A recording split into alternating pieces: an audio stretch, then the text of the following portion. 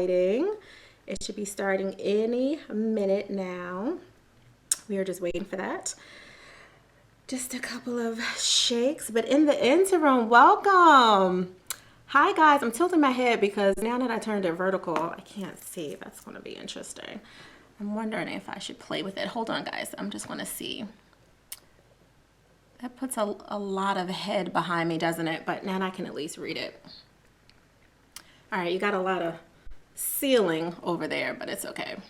I just want to make sure that you guys can see me okay. And you can. All right, so this is awesome. So we look like we are completely live. We should be live on Facebook as well right now, which is awesome. So I can take your questions here on Instagram, or for those of you who are coming over to Facebook, I should be able to see you over here in or you should be able to see me over there in just a few shakes, which is exciting. This is exciting. This is exciting. All right, I was just checking something. Oh, welcome. Are you guys ready? I'm so excited. Hello, day one. Hi, I don't know. Empowered Millennial, welcome. Mr. Mental Stimulation. I like that very much so. Welcome, welcome. I'm excited to have you guys here today. So while we are letting people come in to both Instagram and Facebook, okay, good. So we're there. It's showing me playing with the Instagram and everything. That was hilarious. While we are over there doing it, I want to make sure that you guys can hear me okay, that all is well, you're not having any issues. My volume is up. If my volume is up and my volume is okay, just give me some kind of heart or thumb so I know that we are all good. This is perfect. All right. Okay, cool. I just wanted to make sure we were here. So welcome again. All right. For those of you who are unfamiliar with me, my name is Naketa Thigpen. I am literally the #1 balance and relationship advisor in the world. I've been doing this for well over 20 some years as a professional, as a clinician, human behavior specialist, trauma-informed care specialist, sex therapist, all that good stuff. And then about 9 years ago, I started my own company called Thigpro. Thigpro Balance and Relationship Management Institute is the full name, but most people just call us Thigpro. So if you want any information, just go to thigpro.com. I welcome for you to go right on over there. Hi, welcome, Robin. So I want to make sure that today I'm not sitting on pillows today. So last week, if you watched the replay, I was sitting on like 3 pillows because we had our camera and stuff all readjusted because I want to make sure that I can like give you guys the best angles. So you will see me kind of like shifting just a little bit today versus that big dip that I was doing last time. And I'm excited to be here. And welcome, welcome Veronica. I see Veronica is on Facebook. Welcome, welcome. And I'm glad you guys can hear and see everything. So if you're unfamiliar with Let's Talk Intimacy, we've been doing this live maybe about a dozen times. I started in late spring, took a hiatus for 6 weeks. I do a self-love-cation over the summer where it is literally selfish time for me, for my family, for everyone who's super close to me. I get to go in and get some snuggle time, get some spa time, get some fasting, get some prayer, spiritual groundedness, all that good stuff. And then I come up for air from all of that beautiful love and kind of spiritual hugs that I've been giving myself. And I'm able to go really smart, not just hard in my business. So that's what I do. And then we came back to roll right into this live, which I'm excited to be here with you and doing. So welcome. We have quite a few newbies on Instagram today. For anyone who is on Facebook and needs to come on over, make sure that you do share, tag, do all that good stuff and bring them in because we'll be quick and dirty. So this live stream for Let's Talk Intimacy Live is all about personal intimacy. So I do something completely separate called the Intimacy Advantage, which comes out in early 2020, which we've already wrapped up taping for and all of that. That's the business and brand intimacy stuff. But for this platform, for here on Facebook and YouTube and Instagram, all the places that we're showing up live right now, this is all about you.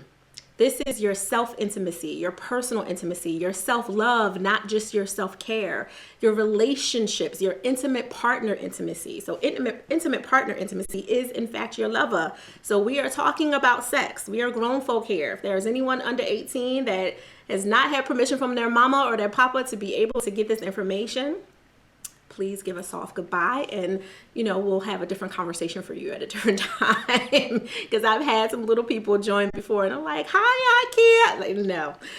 So this is not for you if you're under 18, or if you're not emotionally ready to have the bold and brave conversation that needs to be had about what we need to do, not only for ourselves, not only for our lovers, but also for the intimate people that we care about, those connections we care about, our siblings, our nieces, our nephews, our children, all of those good people, as well as for some of us, for this personal side of the intimacy, some of our neighbors and friends, or friends that we've lost touch with.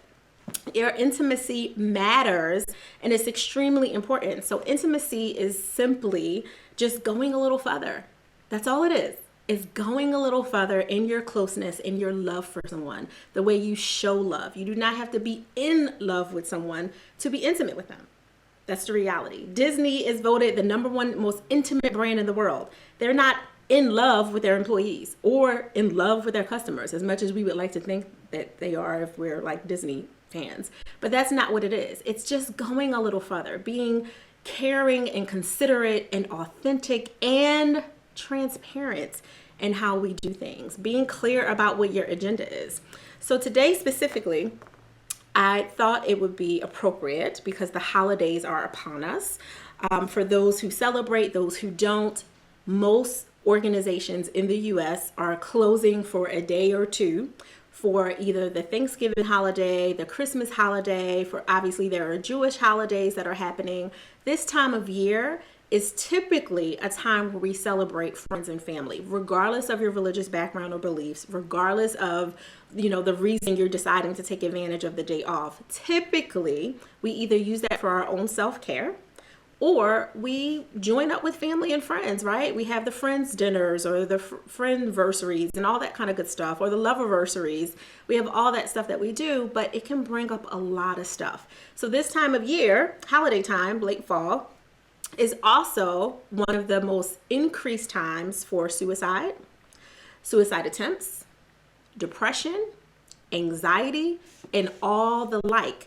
Partially, and I say partially on purpose, because it brings up a lot of old stories and narratives that we're still inundated with when we see certain people, or we know that we're not going to a party or an event because certain people will be there, but we're still anxious about it, even if we're not physically in the room. So I really wanted to answer any of your questions that you have today around intimacy with family, friends, and connections. Those old friends that you really do love, you miss, you had good times with, but you kind of just fell out of sorts with for whatever reason. Just life happened. Somebody went to school, somebody got married, somebody had a baby, somebody had a divorce. Sometimes that stuff happens and kind of pulls us apart a little bit, as well as the family stuff, because family intimacy is super important. I know something that comes up for a lot of my clients, and I work with a lot of ambitious women in business and a few brave men who are typically high-level entrepreneurs and or executive leaders, and they're dealing with layers of stuff. Some of that is covered in shame, because some of the layers that are underneath of there is their family and friends still hold them to the 10 or 12 or 15-year-old version of them. Right? So even though they're beasting out successfully, some of you may be just like them. You're doing amazing in your careers. Your on the paper success life looks good. Maybe your bank account is healthy. Maybe you travel a few times a year. Whatever success looks like for you, or some layer of that, you feel like on paper, you look really good. Maybe you do or don't have that, good Instagram level relationship where you feel like you can, share your relationship on camera, or you want to, position yourself to look a certain way. Maybe you feel like you have that, but underneath you're still that 10, 12, 15-year-old trying to please somebody or trying to prove something to someone. That comes up for a lot of us. I know for me personally, first partaker of my own everything always, I struggled a lot with being so ambitious. Ambition was my escape from a lot of the multi levels of trauma that I went through and a lot of this dysfunction that I was reared in and completely toxified by from my family. So I put my head into every opportunity that made sense for the family that I was creating, the family that I had a little bit more control over in terms of me, making my own nuclear family with my husband and my kids and so on and so forth. But because of that, because my family, my aunties, my uncles, my cousins, they all saw me as, little Key, that one, or little Peaches, my mother's child. Because of that, I had a hard time sharing that I had all these accolades and all these things. So I would play super small for my family. We'd be at a gathering, we'd be on the phone. It didn't matter where we were. Someone asked a question, unless it was like someone would die if I didn't answer the question, unless it was that deep, I would never bring forth that I had all of these accolades. I just wouldn't do it. I didn't celebrate myself. And in fact, I hid myself. It took someone outside of my traditional family, I call them my non-blood family, to say, when they came to one of my offices and was like, why don't you have any of your degrees up? And I was like, what do you mean? Why do I need degrees up? Because it's an office. I didn't feel like I needed to have it, but part of it was because I was a little bit ashamed that I was the one at that time. I've since had other siblings and stuff graduate and go to school and do different things, but I'm the oldest. And at the time, I was the only one. I was the only one who had broke out of the pattern that had plagued my family at that time, at least for my internal structured family. And that was hard for me. And so when I would go to a family function of some kind, I would make sure that I wasn't overdressed. Not that I'm not, if you know me, I'm not big into clothes anyway, but I wasn't doing the most or even showing up in the sparkly feel that I might have been feeling at the time. I wasn't even showing up that way. I would just show up as kind of as calm and plain as possible. I would make sure I put on the regular jeans. I wouldn't put on my good pair. You know what I mean? Like I just kind of played everything down. And I would love to say that it was completely subconscious. It wasn't. Some of the things that I did was conscientious to make sure that you don't walk into this space looking like you're bragging. And from a cultural standpoint, there's so many layers to that of how we can show up in families as a woman who identifies as African American. So that was another component.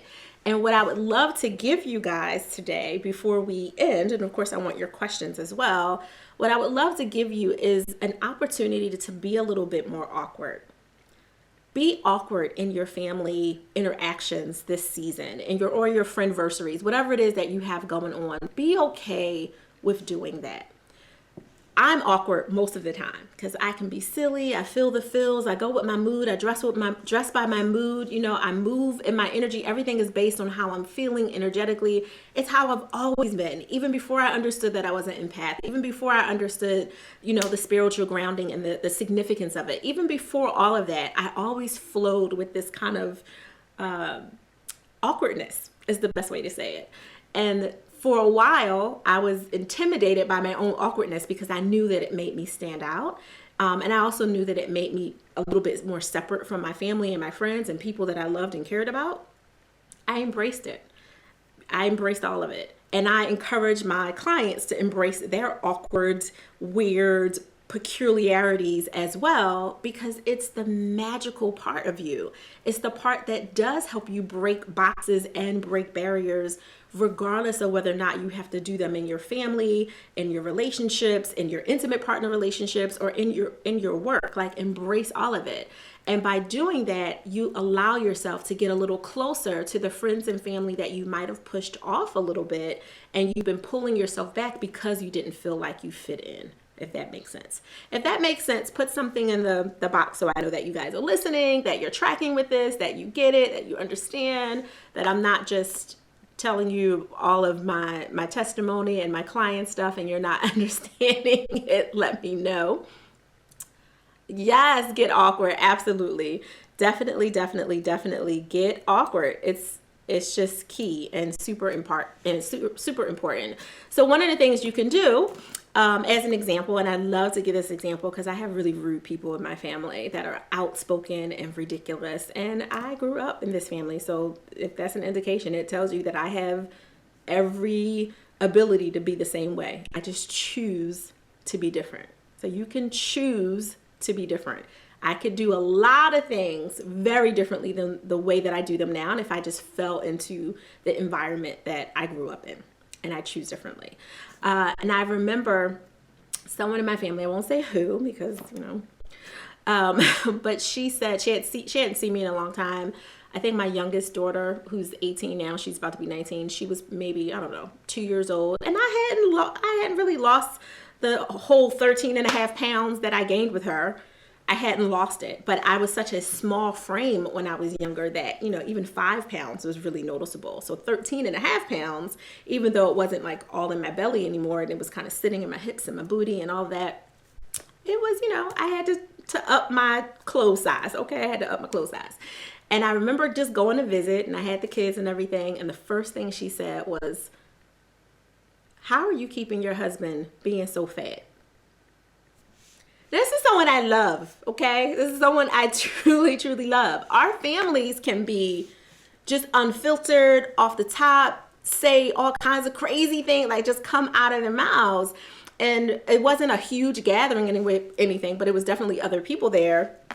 And it is really challenging sometimes to bite your tongue when you want to be intimate with someone. You want to go a little bit further. You want to get closer, but they're putting up, let me just stop that alarm. Sorry.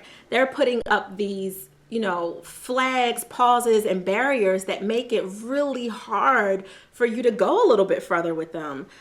You have to decide, is the battle worth it? So in this particular case, I, being who I am, decided that the battle was worth it. Now, I probably didn't handle it as best as I could because I was emotionally struck by that, because I was also kind of dealing with the fact that I was feeling like, oh, I haven't lost my baby weight, So sometimes our reaction is truly based on the stuff that we're already feeling, and we feel like someone caught or we were exposed. Something was exposed that we were keeping hidden. I was insecure a little bit about that weight. Even though it looked good on me and my husband was very happy with it, I still felt a little uncomfortable because I was used to being a smaller frame. So when this person said that, and again, I will not say who, so no, you cannot ask me. But when this person said that, I took a breath, because that's very important. Take a breath before you say something to someone you love. If it is not someone you love or care about, that's a different conversation. You have permission to have a little bit more of an open filter, because some people are so used to people taking a breath that they don't get what they really need. Thank you, husband. My husband's telling me, like, check the time, because I have an appointment. But for someone you love and care about, family, friend, lover, non-lover, whoever, take a breath. Just take one to catch yourself from really hurting somebody's feelings for real. So I took a breath and was very clear with myself that before I said the first thought, which was to use all kind of cuss words and everything else, I was mindful that my kids were in the room. And I was mindful that this person was projecting on me her own stuff, because she had had body image issues for a very long time, for as long as I had known her. And then I commented. And my reply wasn't as sweet as I would like to tell you it was, but I commented from a heartfelt space. And I told her that that was hurtful and that that wasn't true. And then my husband, and I said that in a much nastier way than I'm saying it to you right now, but it was like, my husband is very pleased with all of this good, loving baby weight that I have from pushing out his beautiful children. So I did say that. But sometimes we just have to be awkward with the moment and flow into it instead of pulling back and being in this space where we're just resisting saying what we need to. Because what could have happened is I could have left that room, that moment, and in your case, it might be the event, the holiday event, something that's coming up. You can leave that holding on to all of it, and now you're harboring all of that toxic energy in your body. My husband's literally ringing bells for me to hurry up. I'm hurrying. I hope you guys heard that. This is what I have to go through, because he's like a time king. You could harbor that, and it will come out in your skin. It will raise your cortisol levels. You really will gain weight that you didn't want to gain. You really will feel yucky the way that they were trying to make you feel, and you do not want that, nor do you need that. So just be mindful of making the choice of picking the battle. Is this something that I can just deal with separately and hold on to and kind of let it go in my own personal space and, write it out, draw it out, box it out, whatever it is that I need to do? Or is it something that needs to be addressed right now but because I love them, I'm just going to take a breath. So that would be my advice to you today, is if you have someone, friend or family or lover that's coming up that you are in fact intimate with and you want to continue an intimate relationship with, to be closer to them, to continue to be transparent, then show up fully in your awkwardness, but take a breath first and then say what you need to say and get it off your heart and out of your mouth. That is my advice. So I hope you guys resonated with that. I wanted to take more questions, but I really do have to jet out. So if you have questions that come up from this, feel free to comment below. If you're on Instagram, just go on my feed. If you're on Facebook, same. If you're on YouTube, same. You can always DM me directly on one of those apps, or you can email me really easily at asknaketa@thigpen.com. Until next time, which should be next Thursday, unless my schedule changes, but it should be next Thursday, I am looking forward to having more intimacy matter moments with you right here, usually 11:30 a.m. Eastern at Let's Talk Intimacy Live. So I'm looking forward to it. I'm Naketa Thigpen. I will talk to you soon. Have an amazing day.